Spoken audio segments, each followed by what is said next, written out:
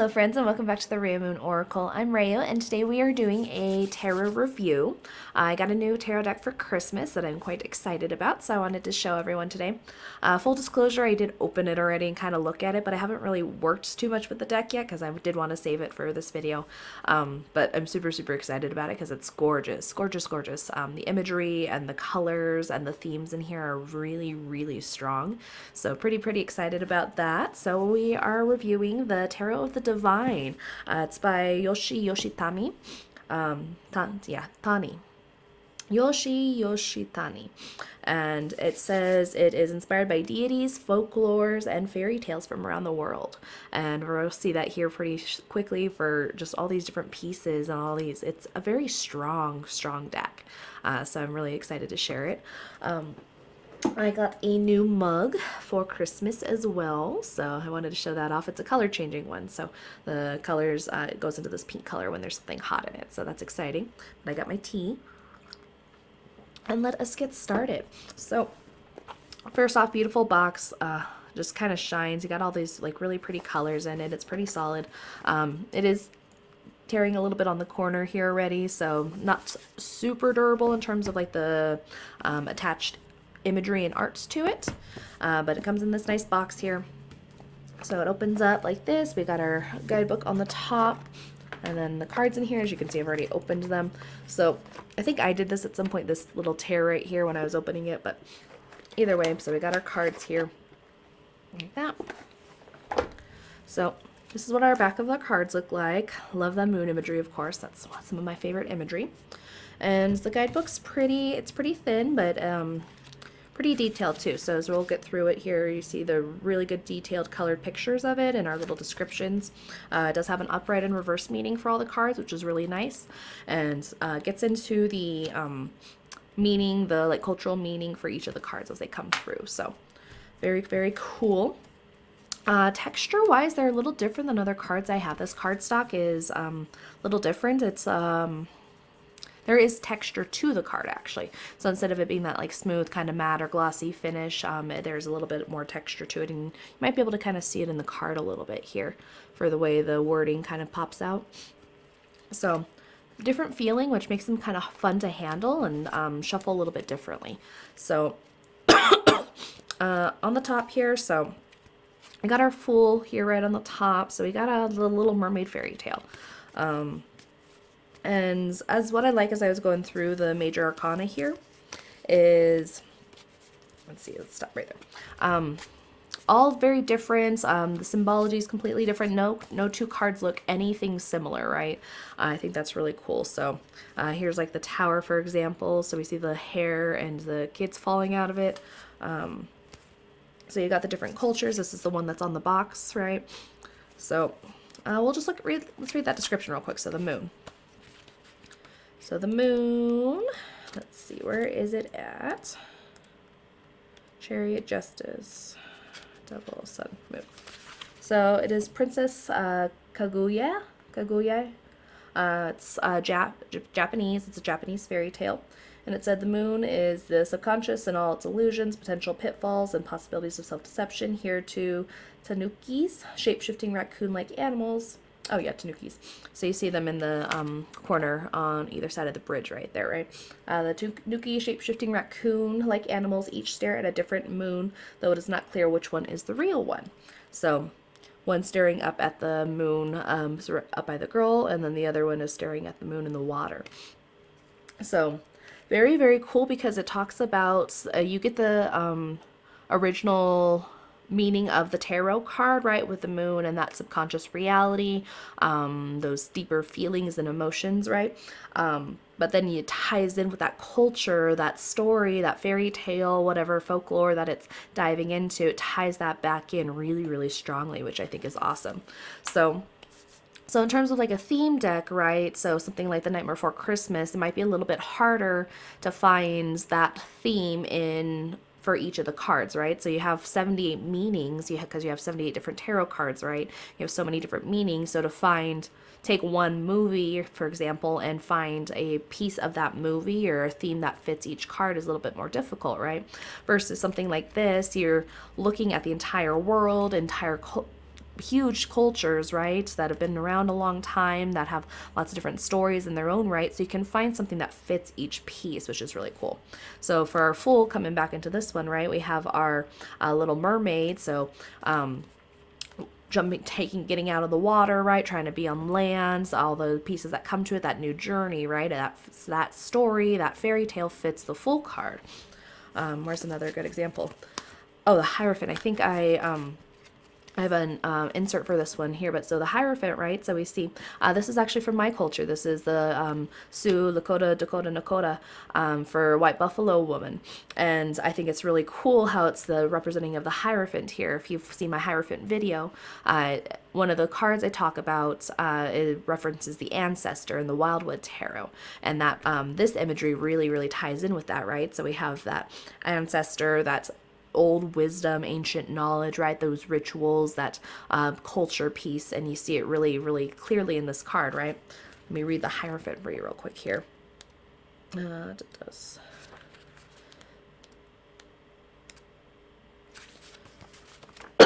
Excuse me. So it says North Dakota, Lakota deity. So the Hierophant is a divine figure and teacher who shares the rules, rites, and rituals to follow as a community. There's a place for everyone, and everyone is in their place. She encourages the comfort and support of the group, the path well trodden. So White Buffalo Woman, definitely representative of that, right? This bigger deity that shows those aspects and cultures and rituals and ceremonies that have passed down in my culture from generation to generation, right? So very strong imagery in each of these cards. So what I think is going to be interesting as I work with this deck is the learning process, right? So the world is much more globalized now as we get further and further into the years. We see different cultures, we interact with different cultures, meet different people, right, as people travel over the world.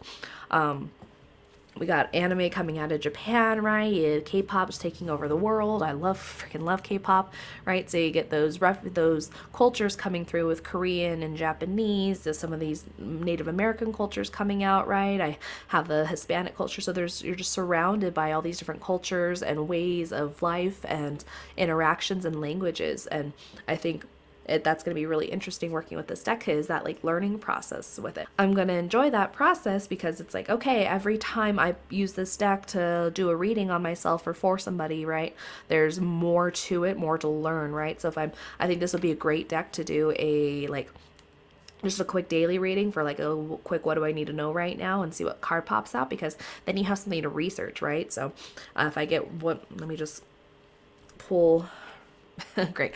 Four Swords. But I pull this card out, right? I think this is Farin's, if I remember correctly. Let me look at that. Four of Swords. Farin, if I'm pronouncing that right. So Norway, from Norway, it's a North mythology.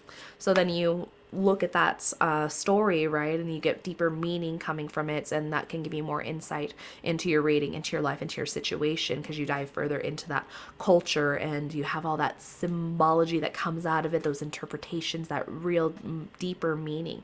So I think that's a really cool aspect to this deck, just from my interaction with it already, where I'm like, ooh, I'm super excited to use it because I'm going to learn a lot. It's the tarot, right, is very strong imagery itself because it's been around so long. So there's a lot of energy packed into the meanings of those cards now at this point, right? So you have that, but then you layer on this whole other culture, whole other story, whole other mythos on top of that, and you get deep, rich meanings and insight into whatever you're doing, right? So I think it's going to be a really powerful deck to use. That's just kind of the first impressions I've had from not even like just touching it and playing with it, looking through it. I think that's going to be a very big piece to it. So that's exciting. Let's look at the deck. I get the little booklet here again. So it gives you the 1-card spread options, a couple 3-card spread, 5-card spread, and then it starts diving into the meanings of all the cards. So again, I really like the full colored pictures, and then descriptions, and it gives you the fairy tale and where it's from, and then might pop up a little bit in the description for why that fairy tale or folk tale is attached to that card specifically. So let's see. Let's find a good one. Let's just do a random shuffle. Let's see. Let's see what happens here. Shuffles well, so that's nice. So the cards slip out easy, so I think this will give some good accurate readings. Let's see.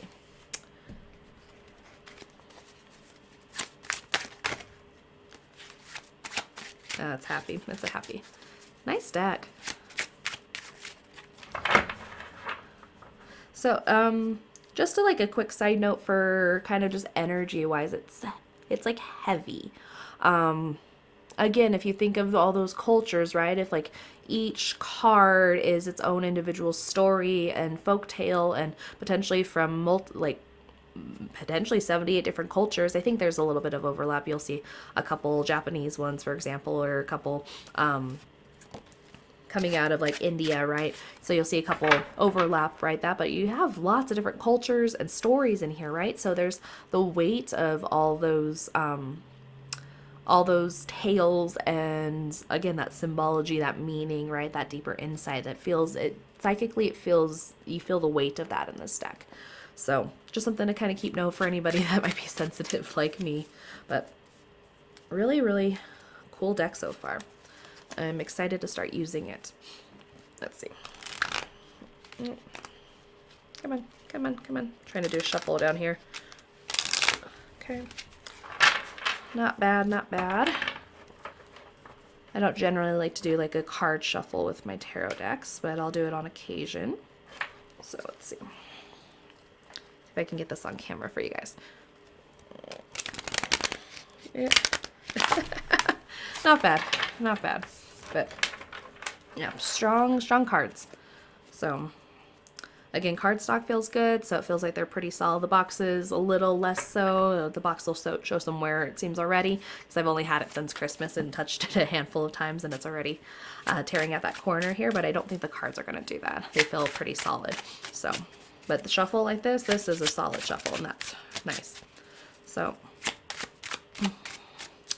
let's see. Tarot of the Divine.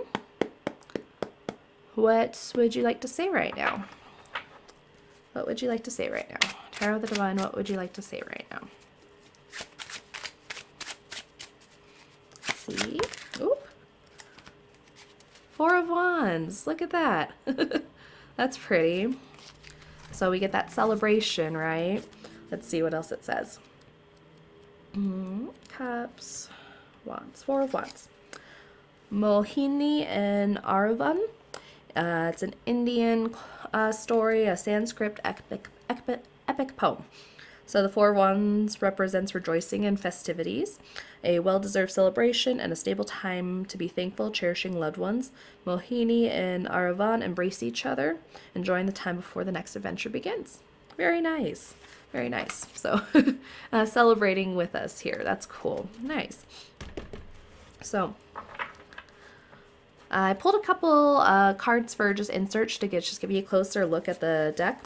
So I think, so King of Coin. Let's see if I can find it. There it is, yep. King of Coin. So we've got the turtle. This reminded me of Avatar, The Last Airbender.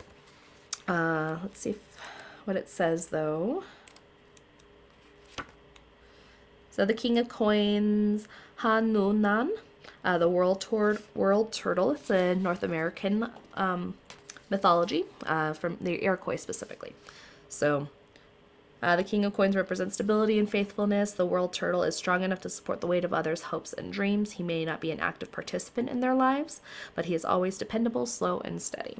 So super cool, right? Like, again, every single card, every single piece has its own story, has its own strength and intensity to it, because it's like, okay, look at this card. You think, so in the regular tarot, right? So it's like the major arcana is usually those really big energies, and you feel them, right? Because they're these big mythos, there's these big themes, these big archetypes, right? But with this deck specifically, you're getting that from each individual card, and I think that's really, really cool and really powerful. So again, that weight coming out of this deck, the power in this deck. Let's see. Another one that caught my eye, let's see if I can find it, is the Queen of Cups. Oh, she's a gorgeous card. There's the Empress. That is Lady Guadalupe. There she is. Look at that. Look at her. Oh, she's gorgeous, gorgeous. So let's read her description here. Queen of Cups. Again, sorry if I pronounce anything wrong. I'm doing my best on that. But Yamoja. It's Nigerian. And the Yoruba deity. The Queen of Cups represents the surface of the subconscious. The goddess Yamoja connects those on land to the depth of the spiritual plane. She is mysterious, but also a kind and caring mother. Like, yeah, that's a Queen of Cups energy, right? Look how strong that is. It's, oof. Just even looking at it through the camera, I'm like, wow, there's a lot of power in these cards, right? Crazy. So I pulled those couple, and we looked at the Hierophant already. I think that was a very strong card. The other one, so one that's for the Western world that might be a little bit more well-known potentially for imagery and story and symbolism, is the Empress right here. So we've got the Lady Guadalupe. Where is she at in here? Our Lady of Guadalupe, Mexican or Catholic saint, right? So the Empress is a loving and protective mother. She cares for and wishes to defend all her children, even if the mother's love can sometimes be smothering. The world feels bright and everything blooms around her.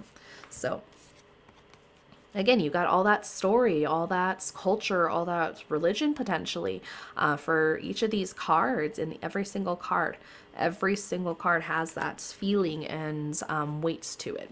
So, ooh, right here, just on the top, 10 of Wands. Look at that one. Ooh, ooh, ooh, ooh. 10 of Wands. Let's see what that one is. Rainbow Crow. Got distracted. Where's it? Devil.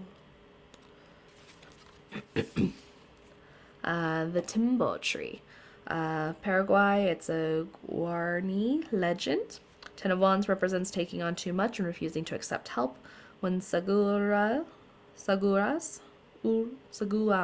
daughter went missing, he searched alone in vain.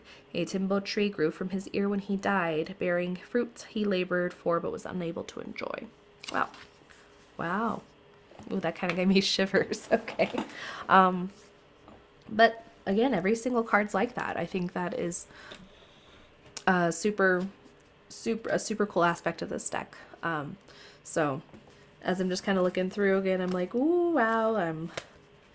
There's a story in every single card, and I can see that original tarot meaning, right? I know just based on like, okay, I pulled the Emperor, so I'm like, oh, there's a father figure, there's that authority, there's that strength there, right? But then you get into it, and I think it was King Arthur in this deck. Yeah, there it is.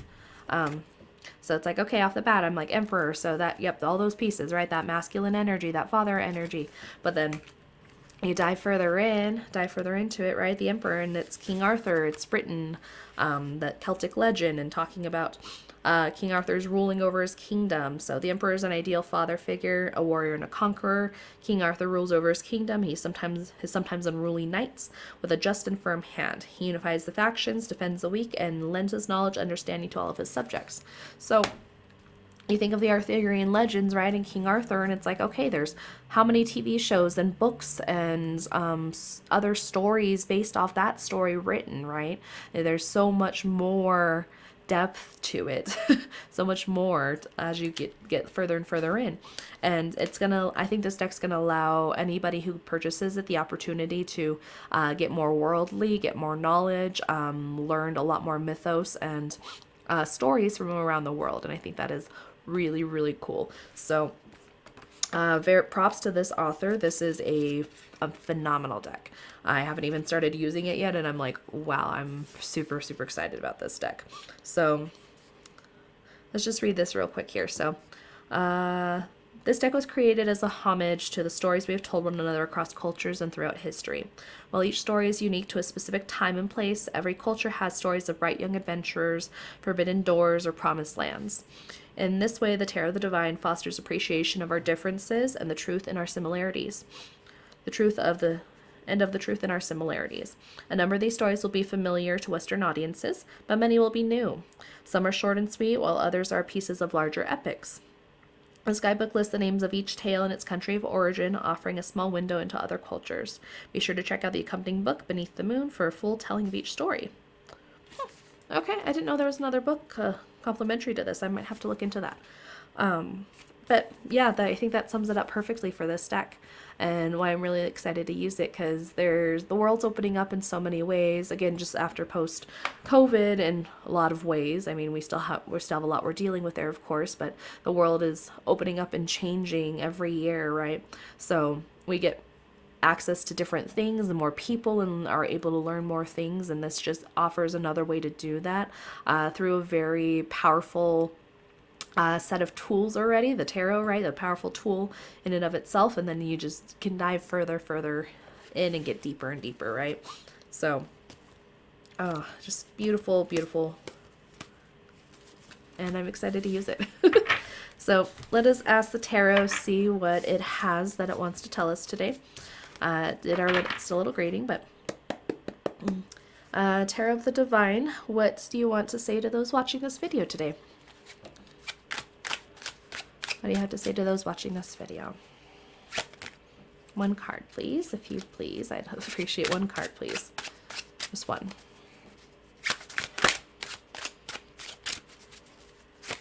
Nope.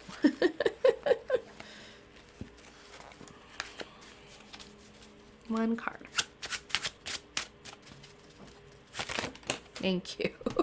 Fell on the floor. I'll have to grab that 1 second. What is it? The Four of Cups. Four of Cups. Let us see.